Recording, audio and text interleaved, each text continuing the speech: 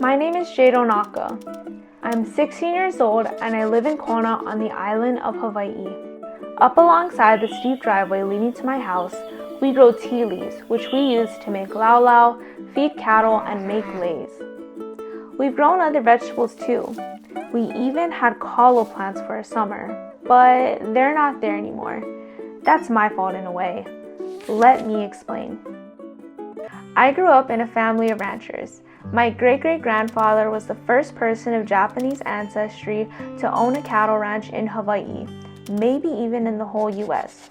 He arrived here in 1905 to earn money on the island sugar plantations. By 1914, he purchased his first cattle to feed his growing family. Ranching became the family business, and they got pretty good at it. My great-grandfather was known for herding cattle into the ocean and onto boats bound for Oahu. No ranchers on the mainland had to drive cattle into the surf, I can tell you that. On my mom's side of the family, some of my relatives are native Hawaiian. While my dad grew up caring for cattle, my mom paddled outrigger canoes through the ocean waves. In both of their families, food brought people together after long days in the fields or on the water. Still today, our family stands together in a line to make laulau from the leaves of the kalo plant. When I was younger, my dad gave me some kalo for our garden, but I didn't tend to it.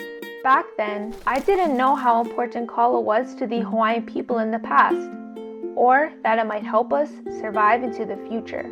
The story goes that long ago, two gods came together, Wakea and Papa Hanaumoku. They created Ho'ohoku Kalani.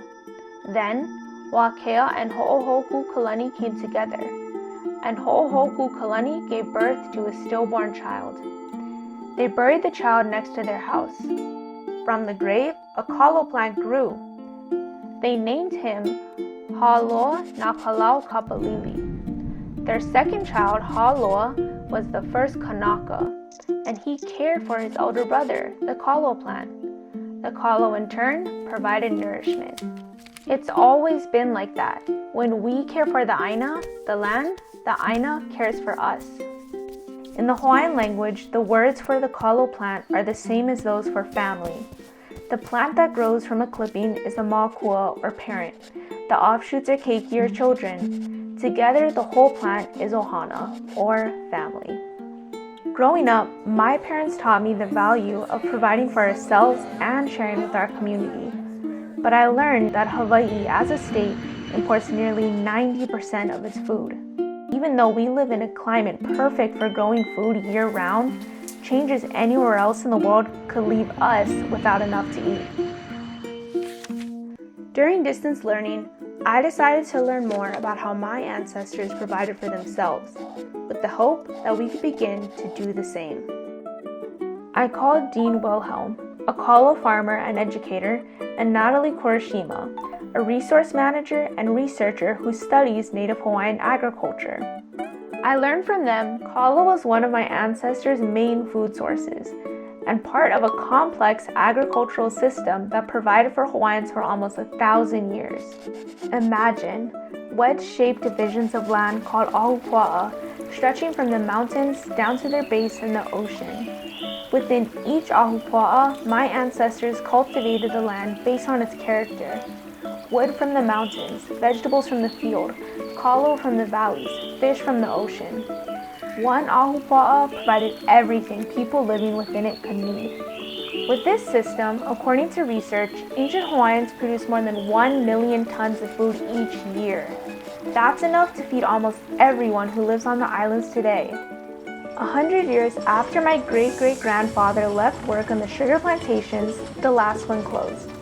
Today, it is estimated that 40% of Hawaii's agricultural land is lying unused. What if we cultivated that land again? Food is freedom. A Hawaii independent of imported food is not just a dream. People are working hard to make it a reality. Across the islands, farmers are restoring the lo'i. Communities are fighting to regain their water rights. People are rebuilding fields and other food systems based off of ike kopuna. Schools, including mine, are teaching that knowledge to Hawaiian students.